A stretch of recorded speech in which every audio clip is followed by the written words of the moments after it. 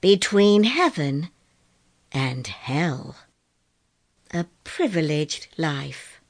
Written by Angie Freeland. Narrated by Janet G. Henke. Introduction. So many people have asked me when I first realized I could connect with spirit. Well, the answer to that is when I was in my 40s. I was a late starter when I finally allowed myself the beauty of connecting with spirit and realizing I was able to communicate with them. You see, from a very young age I was able to sense spirit around me, and throughout my life at different times I was able to receive messages from them. But for many reasons that I now realize were stupid reasons, I never allowed myself to develop my abilities any further. I feel so sad when I reflect on this now, because I think of the many years that spirit had tried to work with me, and all I did was shun them like they weren't there.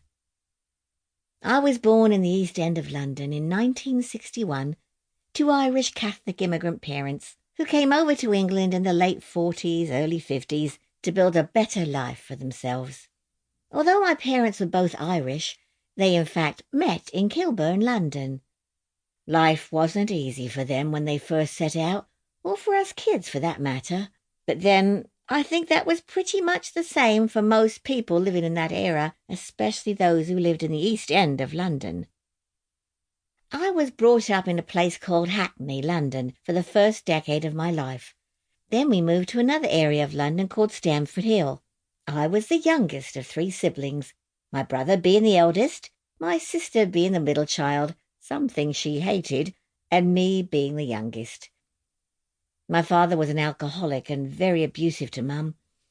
By the time I was about 6 years old, Mum had finally had enough of being in a bad marriage, so she decided to divorce him.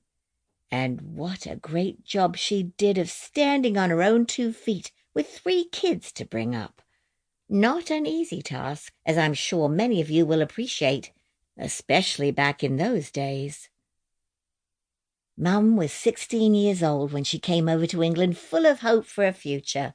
But what she didn't realise, however, was that the Irish were very often treated like second-class citizens, and life was going to be tougher than she could have imagined. Well, for the first few years, anyway. At that time things were still very fragile between the English and the Irish, as it had been for many, many years.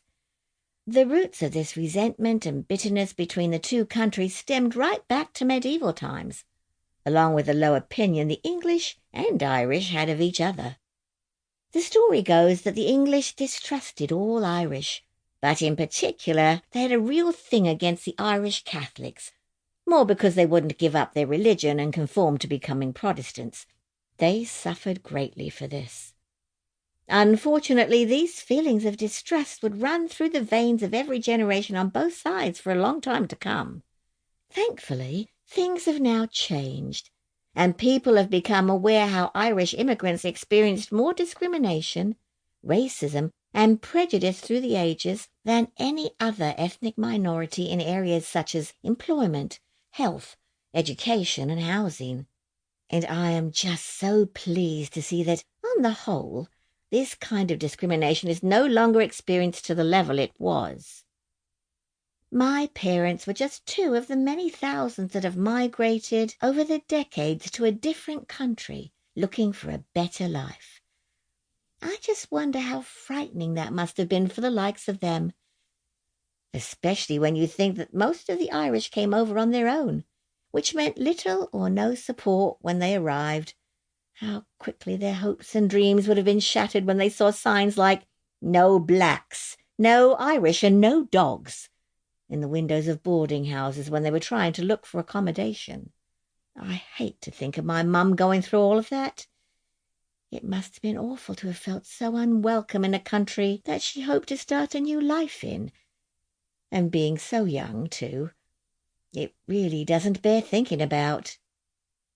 My parents were classed as post-war migrants who had come over to England hoping to find work and were willing to do any kind of job they had to for survival. Mum ended up being a maid. Sample complete. Ready to continue?